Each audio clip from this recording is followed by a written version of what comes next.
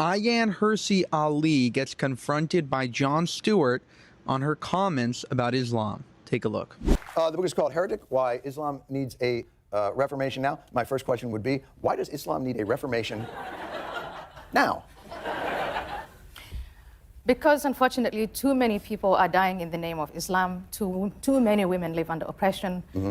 Too many Jews are being demonized for it. Too many gays are being killed in the name of Islam. Too many Christians are being killed in the name of Islam. And I think it really has the answer is to have the Reformation now. But isn't it, if I'm remembering the Reformation correctly, and it's been a while, yeah. Aren't we having that now? Aren't we having the Reformation now? The Reformation was Martin Luther wanted a purer form of Christianity. And so when he put that up there, it created 100 years of violence and mayhem. Isn't that the process that we are going through right now? It is the process that we're going through right now, and it's the process that I describe in the book, that, talk of reformation in Islam has been underway for a while.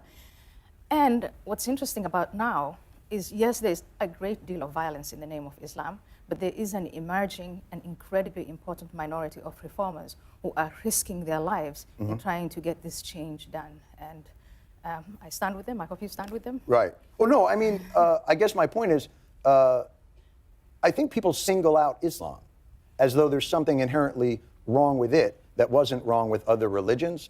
And so I guess my point is, if Christianity went through almost the exact same process, people who thought they knew better and were purer, and that created violence. And so I get the sense that you think Islam is different than other religions. Well, I'm saying that Christianity went through that process of reformation and enlightenment and came to a place where the mass of Christians, at least in the Western world, have accepted tolerance in the secular state, the separation of church and state, respect for women, respect for gays. Right. Well, the Muslim world, well, yeah, but and in Africa, I think there are still, Central African Republic still has Christian Catholics who, in the name of Catholicism, despise and are homophobic, and also behead Muslims and do crazy things. Yeah, the Central African Republic. But the majority of Christians, unlike the majority of Muslims, are not subjected to violence. And if you look at the 70% of global violence in the world today, Muslims are responsible, and the largest number of victims are Muslims. But I guess my point is, it seems like the narrative is, from some reformers, that there's something inherently wrong with this religion that is not wrong with other religions. And that's the thing that I'm trying to get at. Yeah, so here's the key point. Yes. There were Christians, within Christianity, who came out and said, we need to change things, we need to reform, basically. Right. There are now Muslims today in growing numbers, not as large as I would like to see, but in growing numbers, who are not pointing the finger towards Jews or Christians or American foreign policy or some other external factor, but they're saying there's something wrong within our religion. And what I'm trying to do here, as someone who grew up in the religion and came out of it, and very much, driven by a desire to change, to bring about change, or to bring about change in the conversation, is, okay, let's identify then what is wrong about it. What is it with Islam that we need to change? And then I have these 5 key points. But I guess what I'm saying is, the Reformation was not people who wanted to moderate Christianity.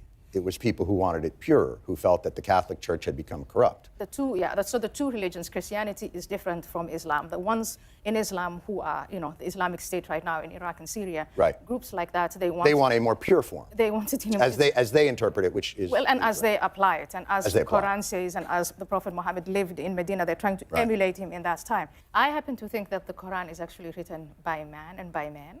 And it's time for that narrative to change. So I totally agree with you. But you get what I'm saying. Like, to say that if we just change the text, don't we have to somewhat change? No, what I'm arguing here is not to change the text. What I'm arguing for here is for Muslims to accept the fact that this book is written by men a long time ago, and the morality of the 7th century yet. The morality of the 7th century doesn't apply in the 21st century, and they have to give that up.